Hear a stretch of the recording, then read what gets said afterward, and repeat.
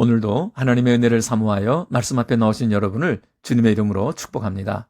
오늘은 데살로니가전서 5장 16절에서 24절까지 말세 성도의 세 가지 자세라는 제목으로 말씀 증가하겠습니다.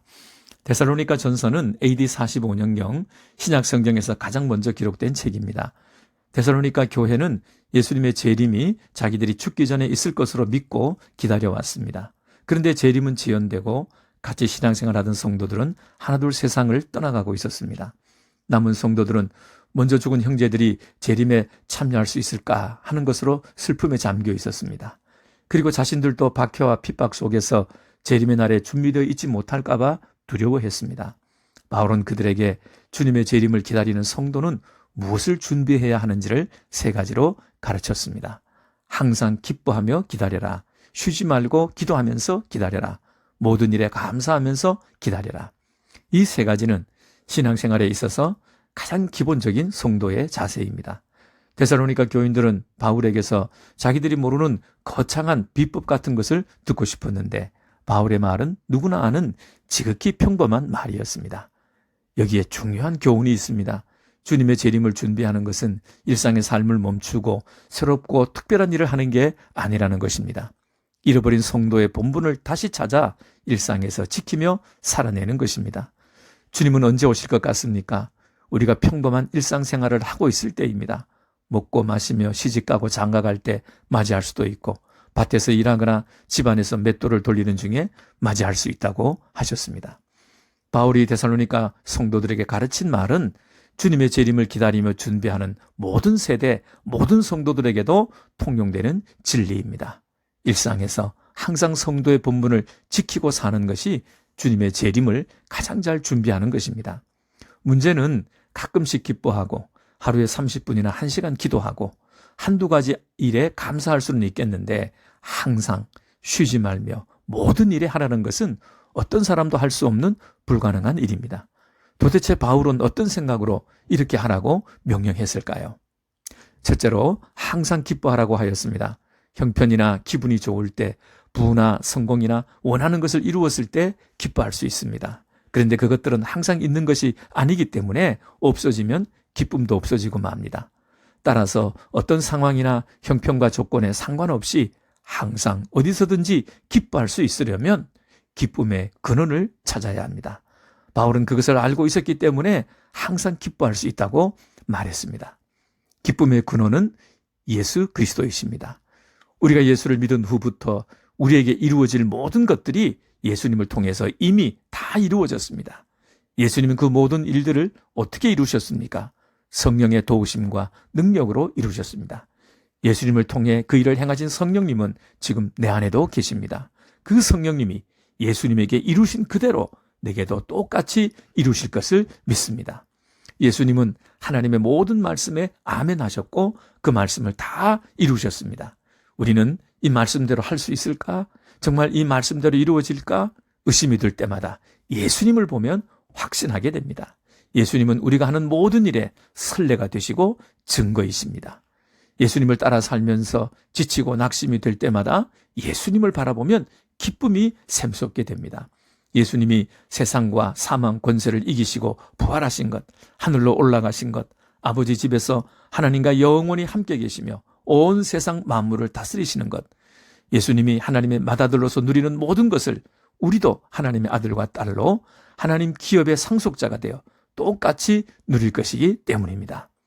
이 모든 것이 성취되는 것이 구원의 완성이며 그날이 주님의 재림일입니다. 아직도 우리가 이루지 못한 것, 누리지 못한 모든 것이 주님이 재림하시는 그날에 완성될 것입니다. 바울은 24절에서 너희를 부르신 이는 신실하시니 그가 또한 이루시리라.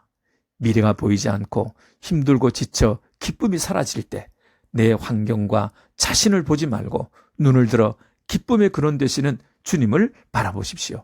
내가 장차 차지하고 누릴 모든 것이 예수님 안에 있습니다. 둘째로 쉬지 말고 기도하라고 하였습니다. 어떻게 쉬지 않고 기도할 수 있습니까? 내가 살아가고 하는 모든 일 속에서 하나님을 발견하기 때문입니다. 내 모든 생각과 말, 행동 하나하나에도 하나님이 함께 하시는 것을 믿고 의식한다면 그 하나님과 쉼없이 대화하게 됩니다. 하나님께 묻기도 하고 대답하기도 합니다. 입술로도 하고 마음과 생각으로도 하고 행동으로 대답하기도 합니다. 때로는 말없이 서로 바라보기만 합니다. 그래도 대화가 되니까요. 모든 것이 하나님과 파트너가 되어 일하는 것입니다. 같이 일하는 파트너인데 어찌 서로 말하지 않겠습니까? 주고받고 대화해야만 그 일을 할 수 있습니다. 그것이 기도입니다. 사업이든 직장일이든 가정살림이든 하나님이 함께 하신다는 것을 의식하면서 기도하는 마음으로 말하고 일하시기 바랍니다. 예수님은 24시간 하나님과 파트너가 되어 함께 일하면서 대화하셨습니다. 주기도문에서 예수님은 아버지의 이름, 아버지의 나라, 아버지의 뜻을 구하고 마지막에도 나라와 권능과 영광이 아버지의 것입니다로 끝내십니다. 끊임없이 하나님의 관심사와 일을 물어보시고 그리고 자신의 필요를 구하셨습니다. 기도에 정해진 시간이 따로 있는 게 아닙니다. 내가 살아가는 모든 삶이 기도가 됩니다. 그리고 정직한 기도는 내 삶에서 완성되는 것입니다. 본해포 목사님은 신도의 공동생활에서 그리스도인의 말과 일과 노동은 모두 그대로 기도가 된다고 하였습니다. 셋째로 범사에 감사하라고 하였습니다. 감사하는 근본 이유는 하나님은 어떤 환경과 조건에 관계없이 항상 나와 함께 해주시고 나를 도우시기 때문입니다. 역경과 고통 속에 있을수록 더욱 강하게 느끼는 것이 하나님의 임재입니다. 어떤 상황 속에서도 하나님은 나를 떠나지 않으십니다. 그래서 무슨 일에든지 감사할 수 있는 것입니다. 지금의 고난, 어려움이 내게 도움이 되든 안 되든 상관이 없습니다. 감사의 이유는 나 때문이나 환경 때문이 아니라 함께 계시는 하나님 때문입니다. 전능하신 창조주 하나님이 나와 함께 계심을 믿는 사람은 모든 것을 감사로 표현합니다. 최고의 믿음은 감사입니다.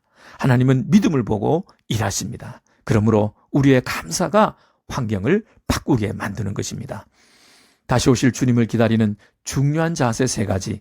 항상 기뻐하라, 쉬지 말고 기도하라, 범사에 감사하라. 이것은 결국 하나님이 우리를 위해 먼저 행하신 일에 대한 인간의 반응입니다. 하나님이 하시는 일이 먼저 있었고 거기에 대한 우리의 올바른 반응으로 나오는 것이 기뻐하고 기도하고 감사하는 것입니다. 그러므로 기뻐하고 기도하고 감사하는 일은 조건부가 아닙니다.